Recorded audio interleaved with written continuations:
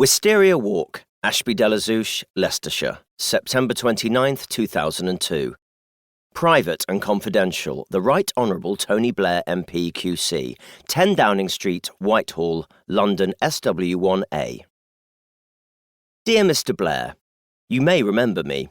We met at a Norwegian leather industry reception at the House of Commons in 1999. Pandora Braithwaite, now the Junior Minister for Brownfield Regeneration, introduced us, and we had a brief conversation about the BBC, during which I opined that the corporation's attitude towards provincial scriptwriters was disgraceful. Unfortunately, you were called away to attend some urgent matter on the far side of the room. I am writing to thank you for warning me about the imminent threat to Cyprus posed by Saddam Hussein's weapons of mass destruction. I had booked a week's holiday at the Athena Apartments, Paphos, Cyprus, for the first week of November for me and my eldest son at a total cost of £571 plus airport tax.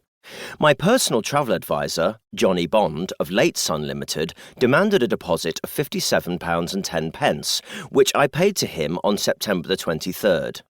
Imagine my alarm when I turned on the television the next day and heard you telling the House of Commons that Saddam Hussein could attack Cyprus with his weapons of mass destruction within 45 minutes. I immediately rang Johnny Bond and cancelled the holiday. With only 45 minutes warning, I could not risk being on the beach and out of earshot of a possible Foreign Office announcement. My problem is this, Mr. Blair. Late Sun Limited are refusing to refund my deposit unless I furnish them with proof.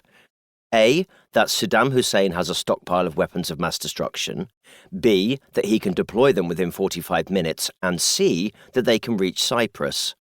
Johnny Bond, who was, according to his colleagues, away from his desk yesterday, I suspect that he was on the Stop the War march, has dared to question the truth of your statement to the House.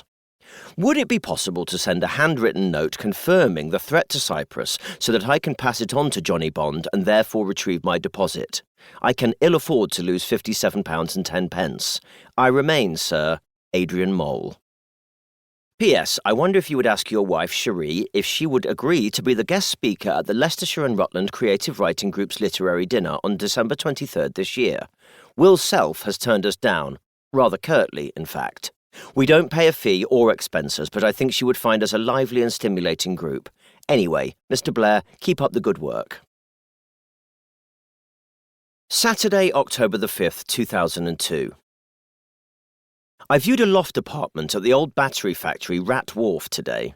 Mark Bastard, the estate agent, told me that canal-side properties are being snapped up by the buy-to-let crowd. It is in a great location, 5 minutes walk along the towpath from the bookshop where I work. The loft has one huge room and a bathroom with glass brick walls.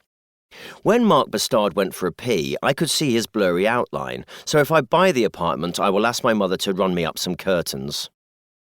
I stepped out onto the tensile steel and mesh balcony and looked at the view. The canal lay below me, sparkling in the autumn sunshine. A flock of swans glided past, a grey bird flew by and a narrowboat came into sight under a bridge.